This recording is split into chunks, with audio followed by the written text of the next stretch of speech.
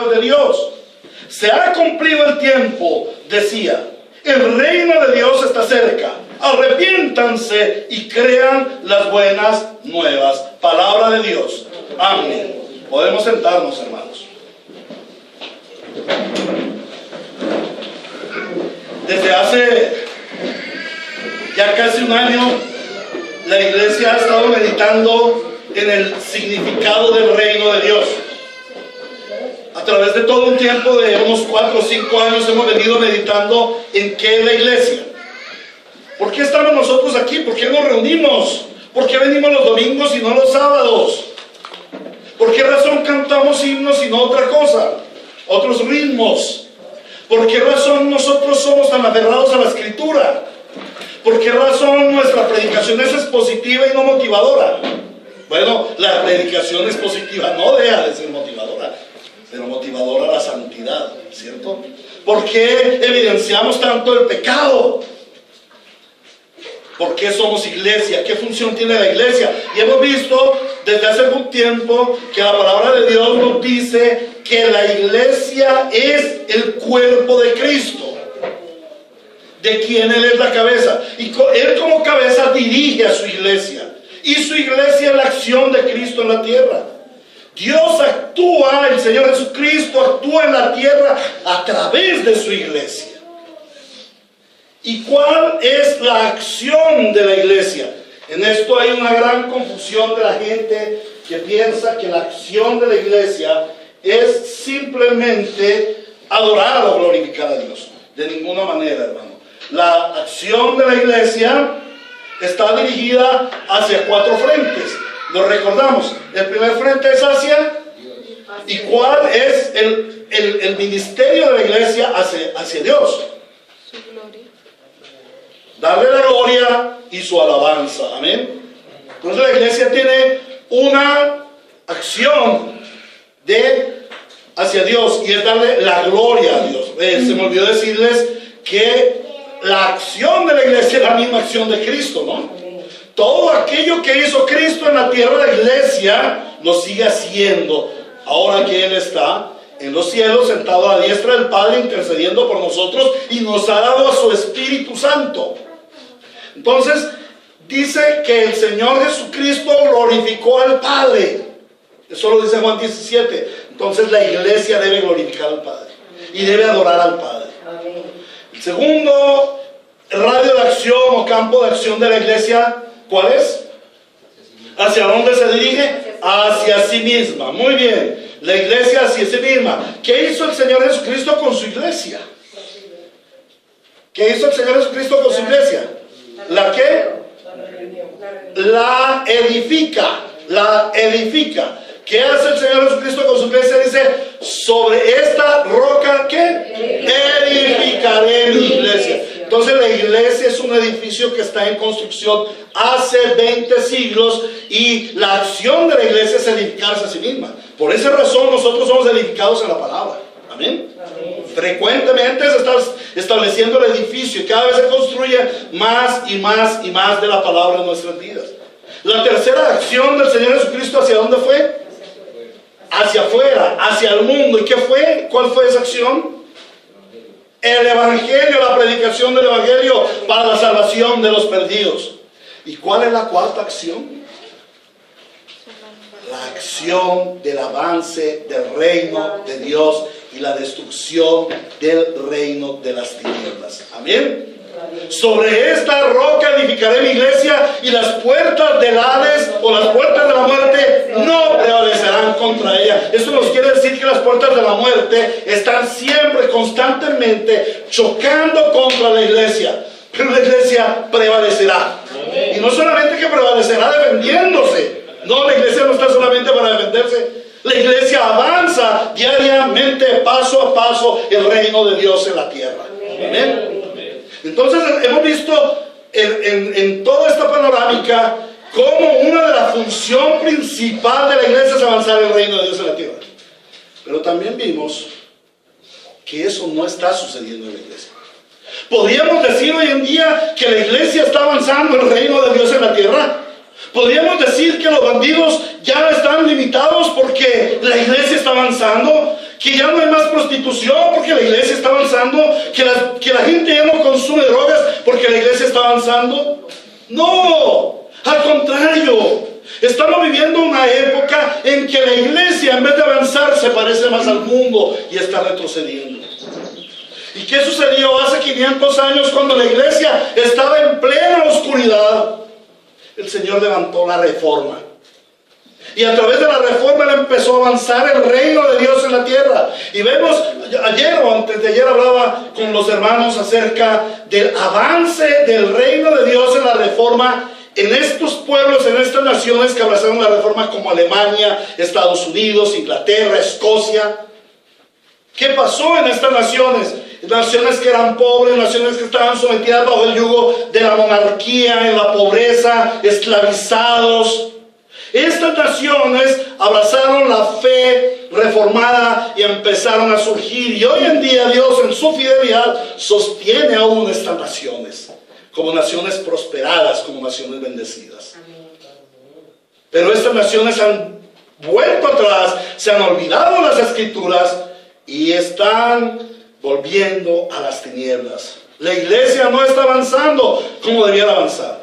Podríamos decir que en Latinoamérica el evangelio ha calado, ha penetrado, y hoy en día hay muchas iglesias y hay muchos cristianos, pero la pregunta es si estos cristianos estamos avanzando el reino de Dios.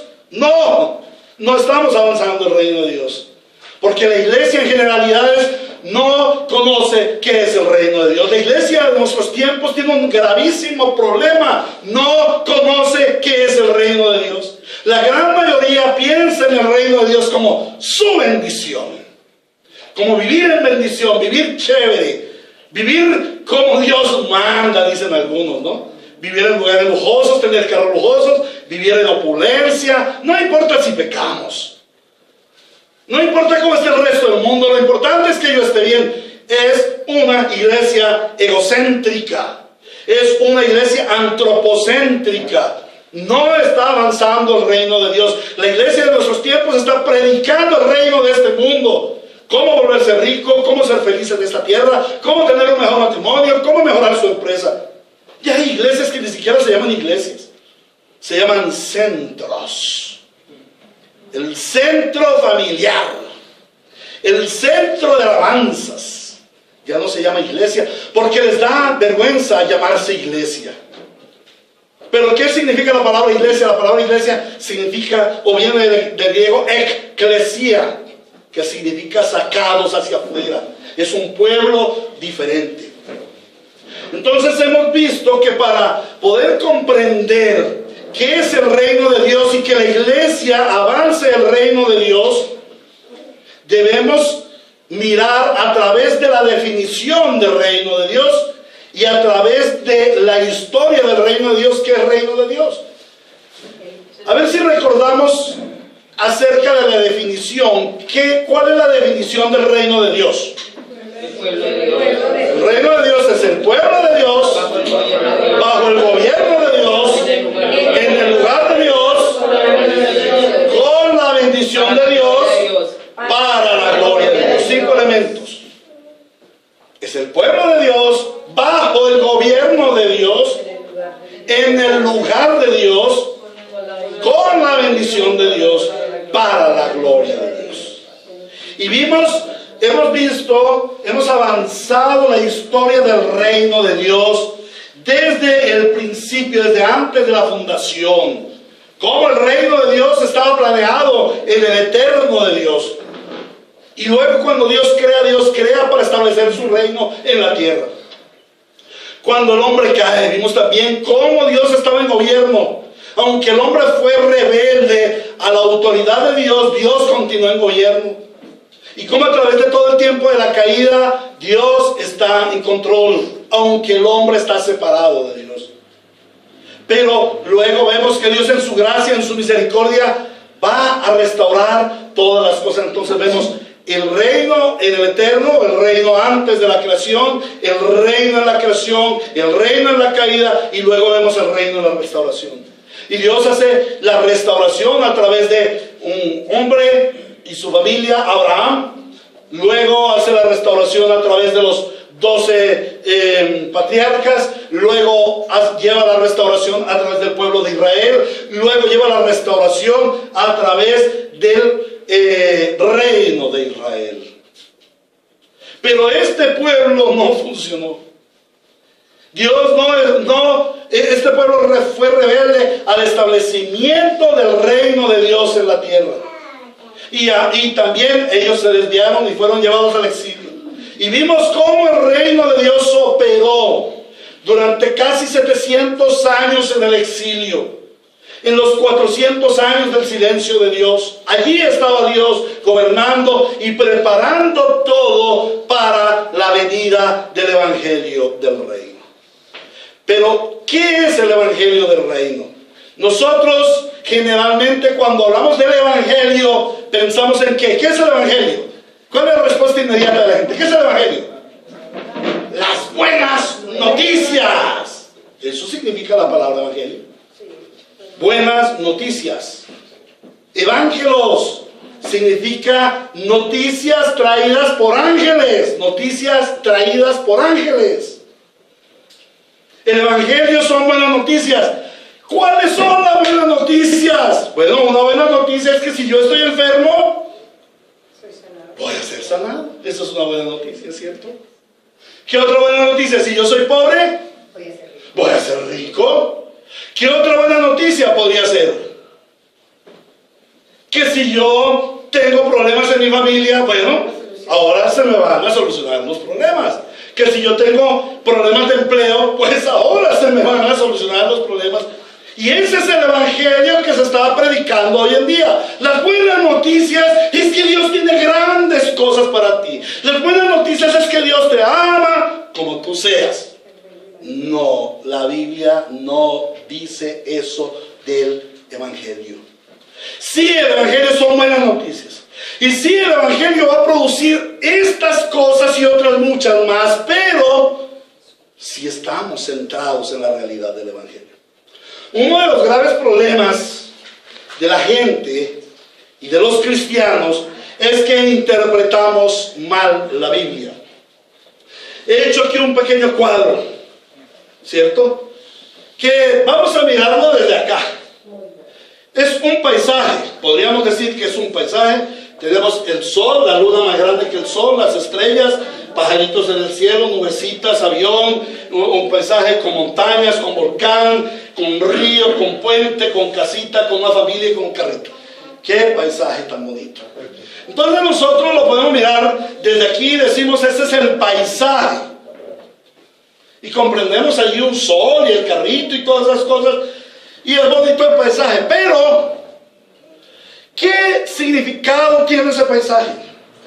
¿Qué mensaje quiere transmitir el autor de ese cuadro a través del cuadro? ¿En qué estado se encontraba el autor de ese cuadro cuando le dio por pintar eso?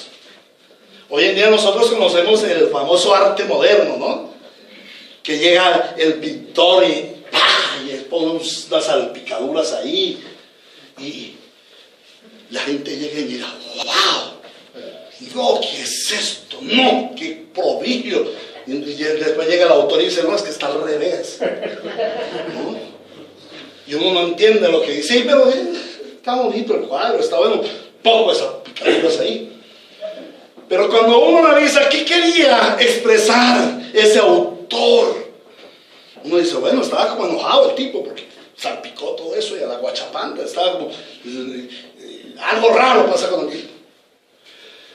Cuando nosotros vamos a mirar el cuadro de la Biblia, nosotros tenemos que mirar que es como un cuadro, como un pasaje, como un paisaje, que en primer lugar tiene todo un mensaje, pero aparte de eso nos habla de su autor.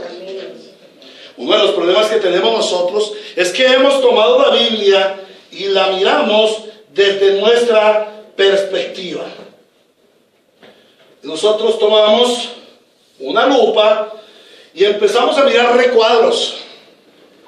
Por ejemplo, nosotros podemos mirar en un recuadro el Evangelio para la familia, y tomamos la lupa y empezamos a mirar aquí a la familia. ¡Ay, tan linda la familia! Dios creó a la familia, el centro del mundo de la familia.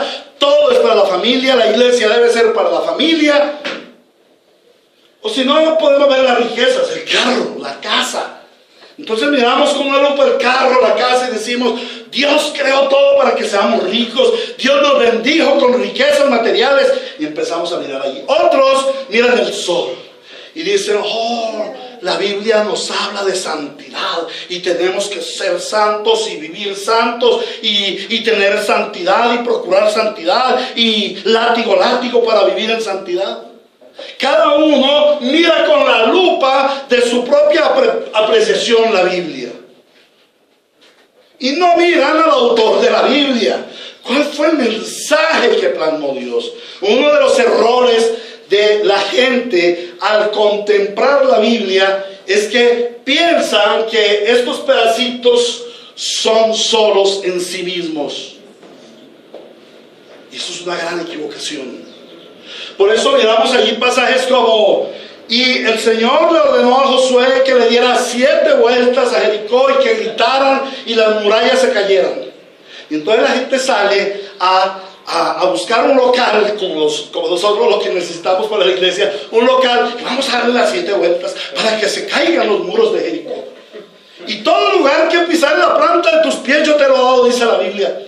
Entonces, vamos a pisar este carro, porque este carro me lo ha dado. Si el Señor promete que vamos a pisar, que todo lugar que pisar en la planta de mis pies, Dios me lo ha dado, pues Dios me da este carro, poseo este carro. Falsedades, hermanos. Esto nada tiene que ver con el mensaje de la Biblia y mucho menos con su autor. Uno de los problemas que nosotros tenemos cuando interpretamos la Biblia es que pensamos que el Evangelio comienza en Mateo. No, el Evangelio no comienza en Mateo. Toda la Biblia es el Evangelio de Dios.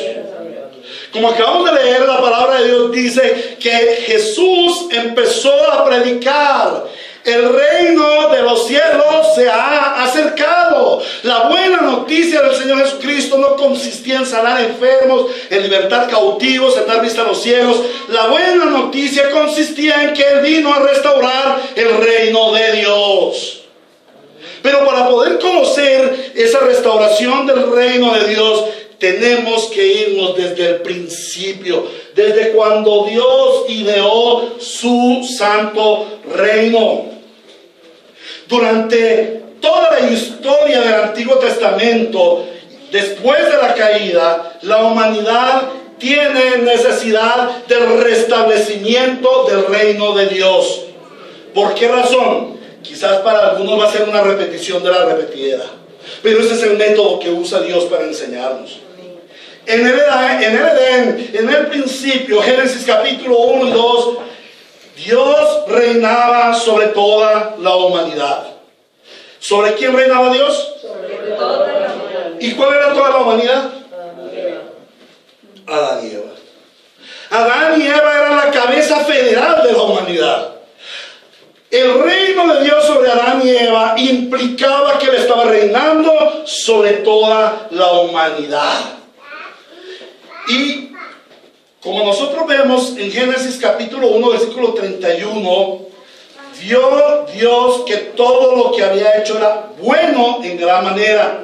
Era perfecto, era hermoso, era grato para Dios. O sea, que toda la raza humana era grata para Dios. Y toda la raza humana estaba bajo el gobierno de Dios. Mucho cuidado, no vamos a confundir con aquella falsa teología que dice que todos existimos desde antes de la fundación del mundo, o cuando Dios creó a Adán, nos creó a todos por igual, y entonces nosotros venimos a existir cuando nacemos. No, nuestra existencia comienza cuando nacemos, aunque Dios nos conoce desde antes de la fundación del mundo. Pero nosotros no somos espíritus que nacieron en Génesis. Cuidado con eso, no estoy diciendo eso. Hermanos, el Señor vio en Adán y Eva a toda la raza humana, y toda la raza humana era buena y perfecta, y toda la raza humana estaba bajo el gobierno de Dios. Entonces era toda la raza humana, Adán y Eva, eran el pueblo de Dios, bajo el gobierno de Dios. Estaban en donde, en el Edén, en el lugar de Dios, estaban con la bendición de Dios. y le rendían la gloria a Dios. Pero este mundo perfecto, que es el patrón, que es el modelo del reino de Dios para la tierra y para toda la humanidad, fue destruido por el pecado del hombre. El pecado es la rebelión del hombre contra Dios. El hombre no quiere ser el pueblo de Dios. Miren, cuando Adán pecó, cuando Eva pecó, ellos no consideraron la gravedad de su pecado. Ellos no alcanzaron a dimensionar la extensión de su maldad. Ellos pensaron que era comer de un fruto. Hoy en día muchos dicen, aún muchos creyentes dicen, pero Dios sí es cismático. Dios sí es problemático. ¿Por qué enojarse por una manzanita? No, es que no era una manzanita. El reino de Dios, el gobierno de Dios, Dios dio una orden y el hombre la violó. Cuando el hombre violó esa orden, ¿qué dijo? Yo no quiero ser pueblo de Dios. Porque la característica primordial del pueblo de Dios, ¿cuál es? ¿Cuál es la característica primordial del pueblo de Dios? Vivir bajo el gobierno de Dios. Ser obediente a Dios. El que me ama guarda mis mandamientos. Cuando el hombre le dice, yo no obedezco a Dios y voy a comer del fruto que Él prohibió, inmediatamente le está diciendo, yo no quiero ser pueblo de Dios. Yo no quiero estar bajo el gobierno de Dios. Yo no quiero vivir en el lugar de Dios. Yo no quiero tener la bendición de Dios. Yo no quiero darle la gloria a Dios. ¿Qué está diciendo? Yo quiero ser pueblo de mí mismo. Quiero darle la gloria a mí mismo. Quiero bendecirme a mí mismo. Quiero obedecerme a mí mismo. Y rechazó completamente el reino de Dios en su vida. Eso fue lo que hicieron Adán y Eva. Claro, ellos no alcanzaron a dimensionar porque fueron engañados por Satán. Pero Satán sí conocía todas estas cosas. Y él propició esa rebelión contra Dios. Entonces, el hombre que no quiere vivir bajo el reino de Dios, que rehúsa vivir bajo el gobierno de Dios, que aborrece el lugar de Dios y expresa la bendición de Dios, deja de ser pueblo de Dios. ¿Esto implica que Dios ya no gobierna sobre el hombre, sobre la humanidad, sobre la tierra? No. Implica que el modelo de gobierno cambia. Un modelo de gobierno de amor, un modelo de gobierno de paz, un modelo de gobierno de justicia, un modelo de gobierno de santidad, un modelo de gobierno de comunión, pasa ahora a ser un modelo de gobierno de juicio. Y Dios obra juicio sobre su pueblo. Dios obra juicio sobre su pueblo. Y aquel lugar en donde Dios había puesto al hombre es cerrado. Dios expulsa al hombre del lugar de Dios y cierra ese lugar y lo guarda por medio de la espada de fuego y de los querubines. Desde entonces la tierra es maldita por causa del pecado. La humanidad ya no vive con la bendición de Dios y el hombre no puede voluntariamente darle la gloria a Dios. Pero Dios no creó el mundo para estar en caos bajo el reino de las tinieblas, ni creó al hombre para estar en enemistad contra él y bajo el gobierno del pecado y de la muerte. Dios creó el mundo para su gloria y creó al hombre para vivir en comunión con él. Y la finalidad de la creación no fue el hombre en sí.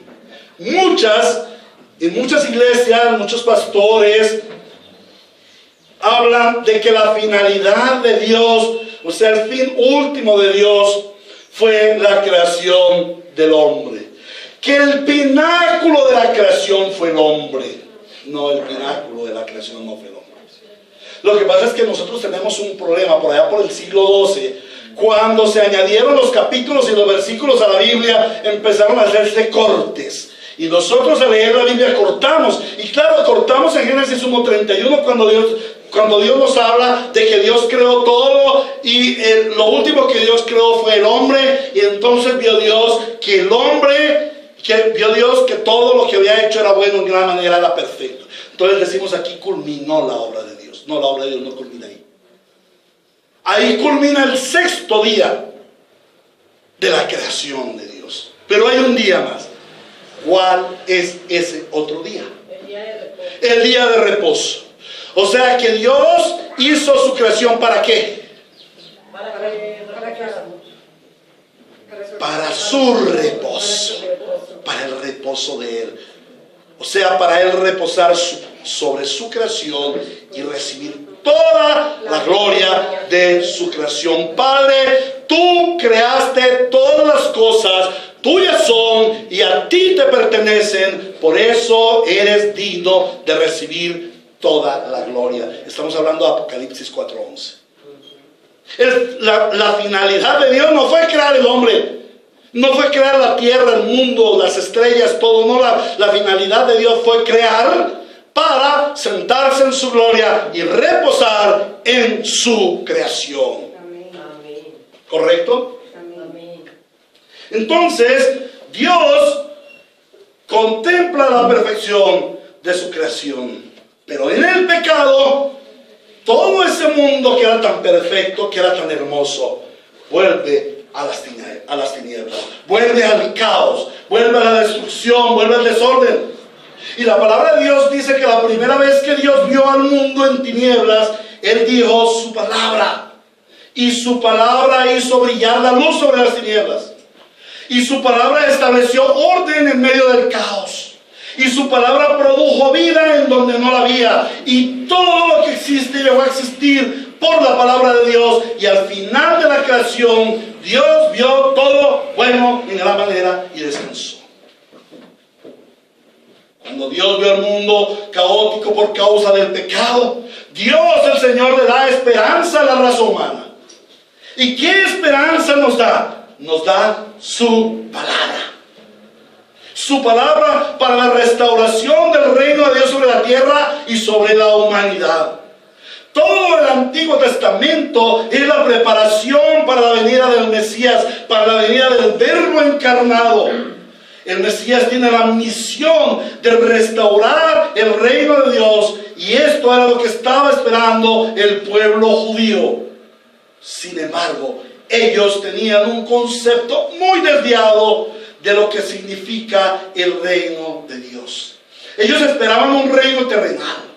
Ellos esperaban un reino floreciente como el reino de David y el reino de Salomón. Algo parecido a lo que sufre la iglesia en nuestros tiempos. Un concepto muy equivocado de lo que significa el reino de Dios. Y es por esta razón que la iglesia debe profundizar en el tema del reino de Dios para no caer en los mismos errores de los judíos, como lo dice 1 Corintios capítulo 10, versículo 6, 1 Corintios capítulo 10, versículos 10 y 11. Todas estas cosas fueron escritas para que nosotros no caigamos en los mismos errores. Así como en el principio Dios usó la palabra para ordenar ese mundo caótico, ahora para el mundo caído en el caos del pecado y de la muerte, Dios envía a su palabra encarnada, el Verbo de Dios, el Evangelio de Dios. Muchas personas piensan en el Evangelio solamente como buenas noticias de salvación, pero el Evangelio es mucho más que ello. El Evangelio es la buena noticia del reino de Dios acercándose a la humanidad caída. Es la buena noticia del restablecimiento del reino de Dios en la tierra y sobre toda la humanidad. Vámonos de nuevo al texto. Allí, después de este preámbulo que duró 30 minutos, la introducción. Ahora, ¿cuánto va a durar la enseñanza? Bueno, son varios domingos en que vamos a hablar el Evangelio del reino de Dios. Dice, después de que encarcelaron a Juan, Jesús se fue a Galilea a anunciar las buenas nuevas de Dios. Las buenas noticias de Dios. Juan el Bautista fue el heraldo que anunció la venida del reino en la persona de nuestro Señor Jesucristo. Desde los profetas se había dicho que Dios enviaría su mensajero. Por allá por Isaías dice: enviaré mi mensajero que irá delante del Señor. Y en Mateo capítulo 3 versículo 1 y 2 dice: en aquellos días se presentó Juan el Bautista predicando en el desierto de Judea y decía: arrepiéntanse porque el reino de Dios está cerca. Cuando Dios determina el comienzo del ministerio de su Hijo Jesús, de el verbo hecho carne, de la palabra, el heraldo calla. El heraldo fue enviado para anunciar al Mesías. Entonces, cuando viene el Mesías, el heraldo calla, y por esa razón nos dice allí que Juan fue encarcelado. Y el mismo heraldo, Juan el Bautista, había dicho: es necesario que yo mengüe para que él brille. Esto lo dice Juan capítulo 3, versículo 30. Luego dice: entonces el Señor Jesús se fue a Galilea de los gentiles. Mateo capítulo 4, versículo 15. El Señor Jesús se fue a Galilea de los gentiles. ¿Y por qué a Galilea de los gentiles? ¿Por qué no a Jerusalén o a otro lugar? Porque Galilea representaba a toda la humanidad caída, y eso incluía a los mismos judíos. ¿Qué era Galilea? Galilea era una región al norte y tenía un puerto importante sobre el mar de Galilea. Y allí en Galilea confluían los mercados de oriente, de occidente, de norte y de sur. Y por ser Galilea este tipo de tierra, o este tipo de lugar, era un lugar donde habitaban muchos gentiles. Por esa razón se le llamaba Galilea de los gentiles. Y es muy especial que el Señor Jesús no haya comenzado su ministerio, no haya ido a desarrollar su ministerio en el templo de Jerusalén, sino en Galilea de los gentiles. ¿Por qué? Porque en Galilea de los gentiles estaba representada toda la humanidad, y eso incluía a los judíos. ¿Y en qué estaba representada toda la humanidad? En su pecado. Los mismos judíos aborrecían a Galilea, aborrecían esta región porque era una región pecadora.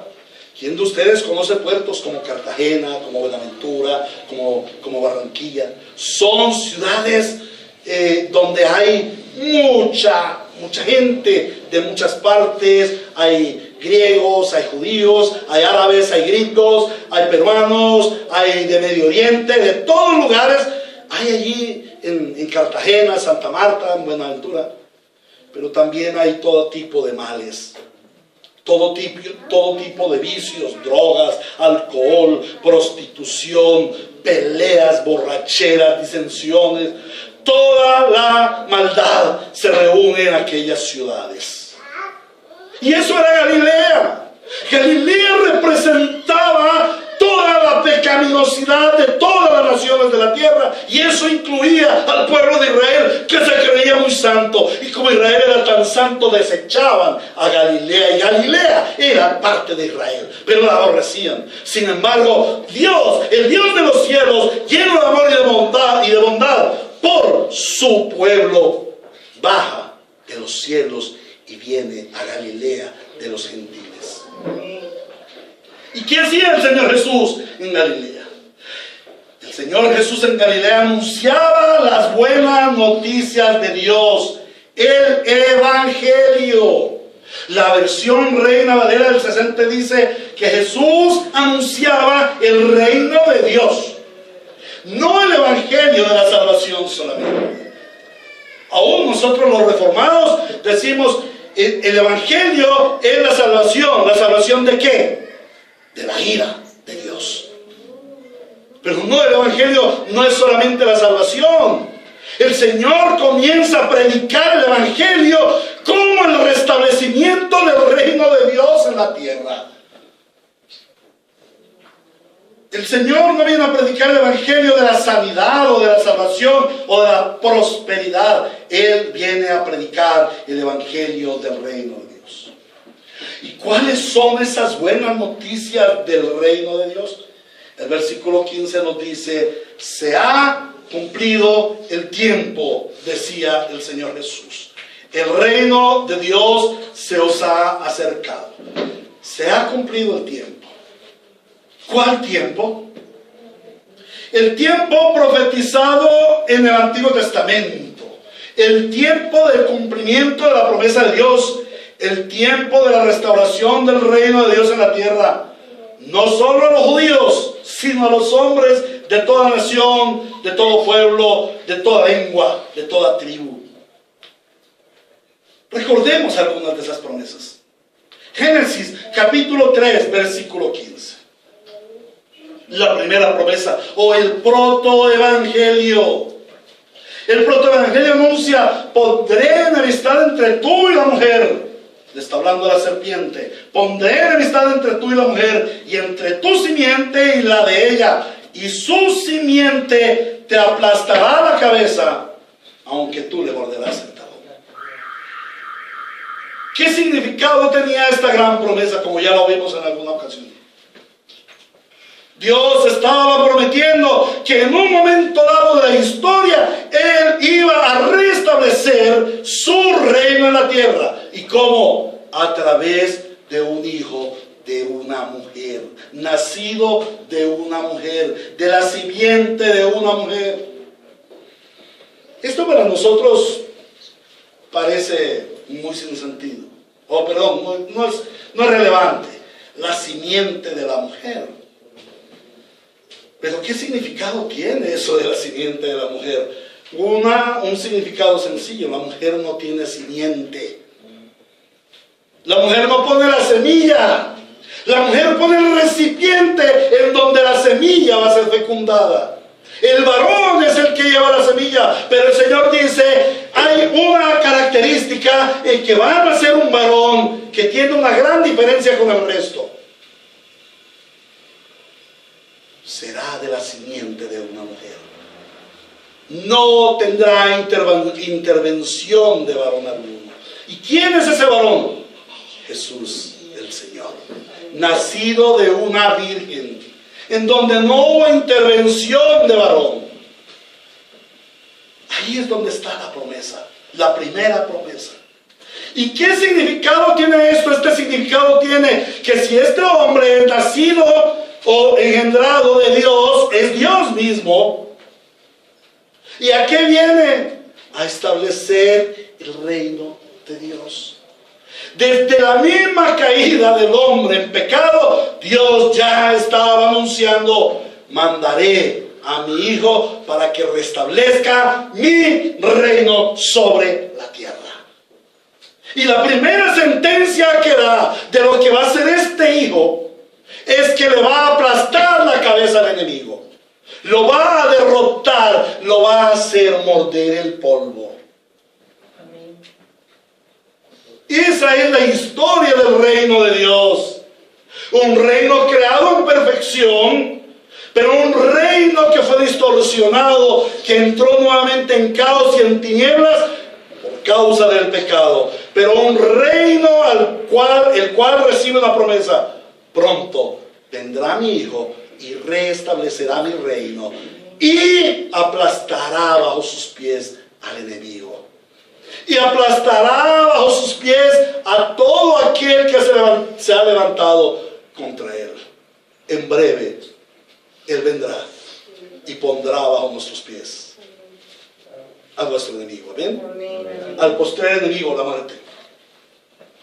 Luego vemos en Génesis capítulo 12, versículos 2 y 3, en donde el Señor le hace una promesa a Abraham.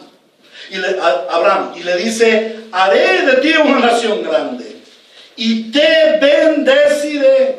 Haré famoso tu nombre y serás una bendición. Bendeciré a los que te bendigan, maldeciré a los que te maldigan, y por medio de ti serán bendecidas todas las familias de la tierra. Y en Génesis capítulo 17, versículos 4 al 9 dice: este es el pacto que establezco contigo. Tú serás el padre de una multitud de naciones. Ya no te llamarás Abraham, sino que de ahora en adelante tu nombre será Abraham, porque te he confirmado como padre de una multitud de naciones. Te haré tan fecundo que de ti saldrán reyes y naciones.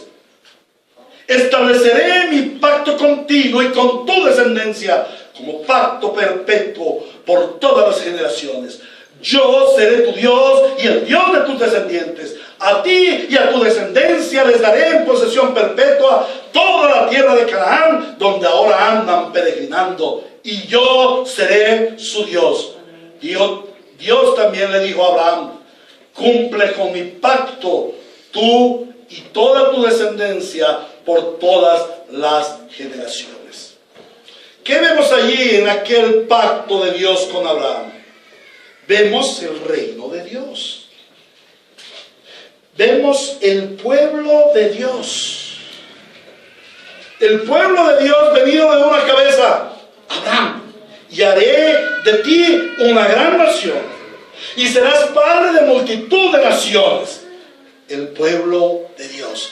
Dios comienza a reconstruir ese pueblo. Pero ¿qué dice la Escritura acerca del Señor Jesús? Mateo, en el capítulo 1, donde el Señor, Mateo en el capítulo 1, donde el Señor habla de el Señor Jesús, habla de Abraham como el antepasado del Señor Jesucristo. Y Lucas, vamos a ir a Lucas, la genealogía de Lucas, en el capítulo 3,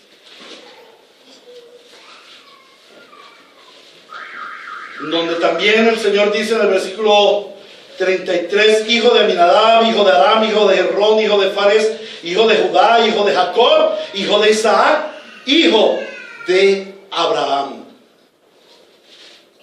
La descendencia del pueblo de Dios proviene de esta promesa que Dios hizo a Abraham.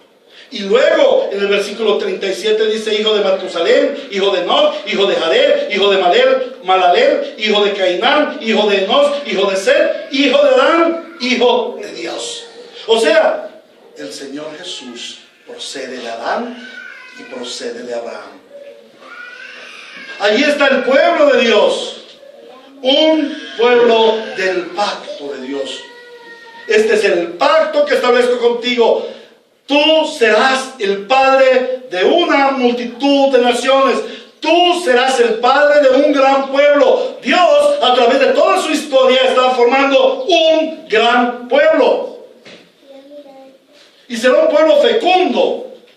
Algunas personas dicen que va a ser mayor el número de los condenados que el número de los salvos. ¿Quién dijo eso? La Biblia dice que él con todas las multitudes, y eran incontables, y le dice a Abraham: mira las estrellas del cielo, cuéntalas si puedes. Así será la multitud de tu descendencia. Pero no se lo estaba diciendo a Abraham, se lo estaba diciendo a Cristo mismo. La multitud de la descendencia de Cristo, la cual él luego confirma en Isaías capítulo 53. Vamos para allá. Isaías capítulo 53.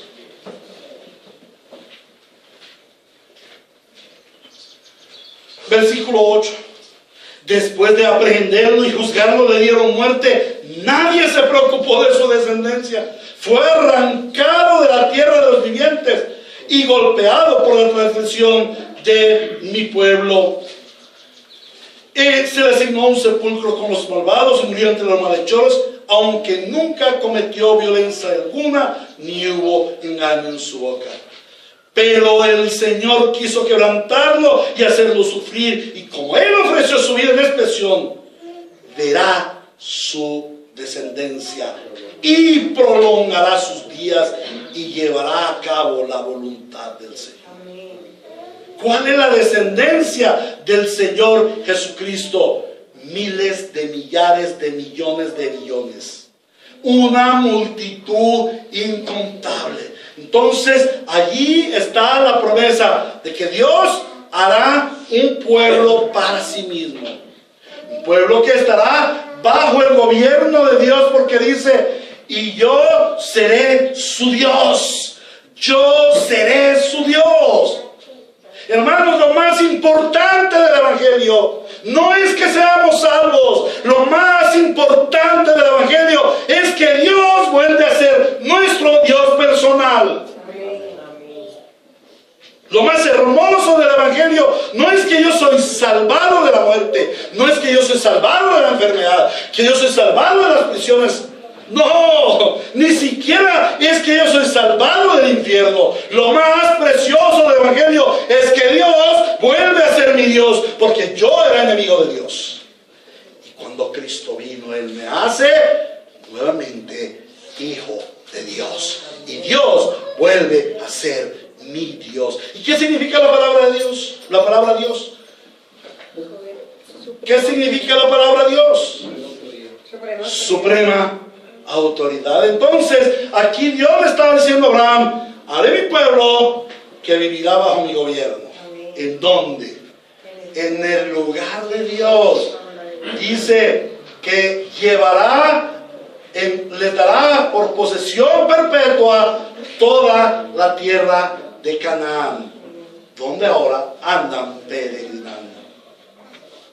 El pueblo de Dios, el gobierno de Dios, en el lugar de Dios, bajo la bendición de Dios. Dice allí el Señor: bendeciré a los que te bendigan y maldeciré a los que te maldigan, y tú serás una bendición, y por medio de ti serán bendecidas todas las familias de la tierra. ¿De qué estaba hablando allí? ¿Cuál es la bendición de Dios? La bendición de Dios es Cristo Jesús, como lo veíamos hace unos 20 días en el primer culto del año, en Efesios capítulo 1, versículos 3. Bendito sea el Dios y Padre de nuestro Señor Jesucristo, que nos bendijo con toda bendición en los lugares celestiales, en Cristo Jesús. ¿Cuál es la bendición del hombre? Cristo Jesús. ¿Cuál es el Evangelio? Cristo ha venido, a Él la gloria. Cristo ha venido, está restableciendo el reino de Dios en nosotros. Amén. Cristo ha venido para conformar su iglesia. Su iglesia es el pueblo de Dios. Y el pueblo de Dios vive bajo el reino, bajo el gobierno de Dios. Y esa es la característica primordial. Un pueblo que vive bajo el gobierno de Dios es un pueblo que vive en el lugar de Dios. ¿Y cuál es el lugar de Dios en este momento? La iglesia. Su iglesia. ¡Ay de aquellos que desprecian la santa iglesia del Señor! Porque están haciendo lo mismo que Adán hizo en el Edén, despreciando el lugar de Dios, despreciando el reino de Dios. Por eso luego Hebreos dice: no dejando de congregarse, como algunos tienen por costumbre. Y el que tenga la costumbre de dejar de congregarse es sencillo, no es pueblo de Dios, porque no está bajo el gobierno de Dios, porque no quiere estar en el lugar de Dios. ¿Ven la gravedad de lo que es no ir a la iglesia el domingo? Hermanos, no ir a la iglesia el domingo no es que sea pecado. No, hermanos. No ir a la iglesia el domingo, no compartir con los hermanos, no estar en el cuerpo de Cristo, significa aborrecer el lugar de Dios, aborrecer el gobierno de Dios, no querer ser pueblo de Dios, porque ya me encuentro con quien me cae mal. No me gusta Mauricio porque esto, no me gusta Ángela porque esto, no me gusta Gloria o Laurita porque esto o aquello. Aborrece al pueblo de Dios. El que aborrece al pueblo de Dios aborrece el gobierno de Dios, aborrece a Dios mismo, y por supuesto no tendrá la bendición de Dios. El pueblo de Dios, en el lugar de Dios, bajo el gobierno de Dios, en el lugar de Dios, con la bendición de Dios y para la gloria de Dios. Esas son las promesas que el Señor hace desde el antiguo pacto en Abraham. ¿Y quién es esa promesa? La persona del Señor Jesucristo. ¿Qué está haciendo Dios en su iglesia? a través de su iglesia. ¿Qué vino a hacer el Señor Jesucristo a través del Evangelio? ¿Qué significa? Desde entonces comenzó a predicar Jesús el Evangelio del reino de Dios. Está estableciendo el reino de Dios en la tierra. Eso es lo fundamental, hermanos. Y eso es lo que debe saber la iglesia. Como iglesia somos el restablecimiento del reino de Dios en la tierra y tenemos el deber de avanzar el reino de Dios en la tierra. ¿Y qué es el reino de Dios en la tierra? Paz, gozo y justicia en el poder del Espíritu Santo. El gobierno de Dios en la tierra es el pueblo de Dios, bajo el gobierno de Dios, en el lugar de Dios, con la bendición de Dios, para la gloria de Dios. Eso es la iglesia. Y eso es lo que hacemos, hermanos. Por eso nos reunimos. Por eso venimos a cantar y adorar a nuestro Señor. Porque Él ha establecido su reino en nuestras vidas. Porque Cristo vino a restablecer la comunión que se había perdido desde aquel tiempo del pecado. No es cualquier cosa, hermanos. Por eso la Biblia nos habla de un altísimo llamamiento. Por eso la Biblia nos habla de una elección desde antes de la fundación del mundo. No es cualquier cosa, hermanos. Cuando comprendamos el valor del Evangelio, el establecimiento del reino de Dios en nuestra vida, el establecimiento del reino de Dios en nuestros hogares, el restablecimiento del reino de Dios en la iglesia, el restablecimiento del reino de Dios en la sociedad, vamos a ver cómo avanza el reino de Dios. Pero hasta que no lo comprendamos, no podemos hacerlo. ¿Qué aplicación debemos tener? En primer lugar, debemos arrepentirnos, hermanos. Debemos arrepentirnos de pensar en un evangelio para mi bendición, para mi satisfacción, para mi bienestar. El evangelio no tiene que ver conmigo, el evangelio tiene que ver con Dios. El evangelio tiene que ver con el reino de Dios. Y lo que yo tengo que ver con el reino de Dios es que soy beneficiario de ese reino, por la gracia de Dios. Entonces hemos de arrepentirnos, hermanos, por mirar mal el evangelio, por tener una visión tan corta. Y debemos clamar al Señor: Señor, establece tu reino en mi vida. Perdóname por querer establecer mi reino, porque todavía establecemos mi reino en esta tierra. Todavía yo establezco mi reino de pecado, mi reino de codicia, mi reino de avaricia, mi reino de lascivia en mi vida.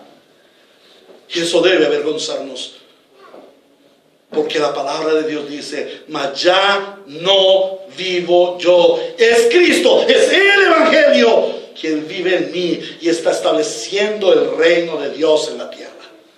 Y mientras el reino de Dios no se establezca en la tierra, yo no puedo avanzar el reino de Dios en mi familia.